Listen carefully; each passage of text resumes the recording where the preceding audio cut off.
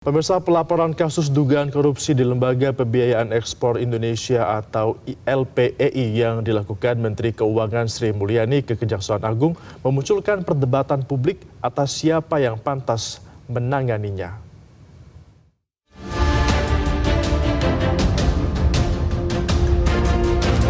Kasus korupsi yang diduga fraud dengan total 2,5 triliun di Lembaga Pembiayaan Ekspor Indonesia atau LPEI mencuat setelah Menteri Keuangan Sri Mulyani melaporkannya ke Kejaksaan Agung pada Senin 18 Maret lalu.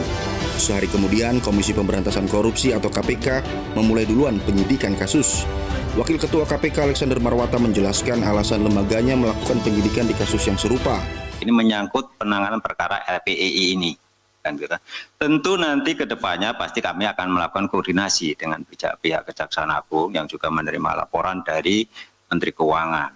Sementara itu, Kejaksaan Agung selain mendapat pelaporan langsung dari Menteri Keuangan, Kejagung juga pernah menangani kasus LPEI sejak 2021, bahkan kasus tahap pertama ini sudah inkrah pada 2022.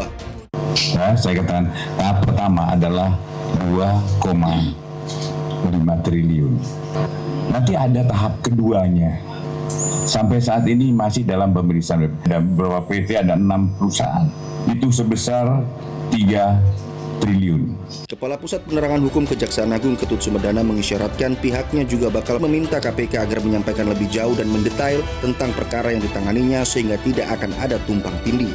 Pakar Hukum Pidana Abdul Fikar Hajar mengatakan perlu ada klarifikasi dan koordinasi terkait perkara mana yang tengah ditangani masing-masing lembaga agar tidak terjadi tumpang tindih penanganan.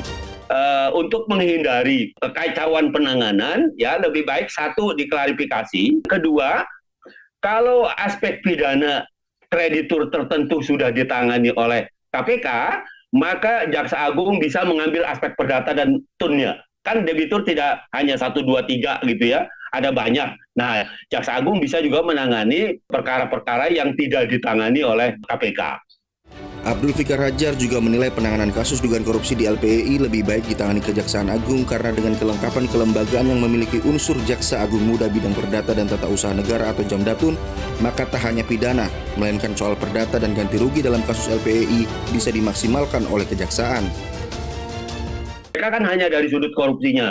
Tapi kalau Kejaksaan Agung bisa juga dari sudut perbankannya, ya karena di situ juga ada Jamdatun, ada Jaksa Agung Muda, Perdata dan Tata Usaha Negara, gitu. Jadi pendekatannya tidak melulu pidana kalau di Kejaksaan, ya dia bisa pendekatan perdata, pendekatan tata usaha negara dan juga pendekatan pidana. Karena itu saya memaklumi dan memahami jalan pikirannya Bu Sri Mulyani, ya maka kemudian diserahkan kepada Kejaksaan Agung.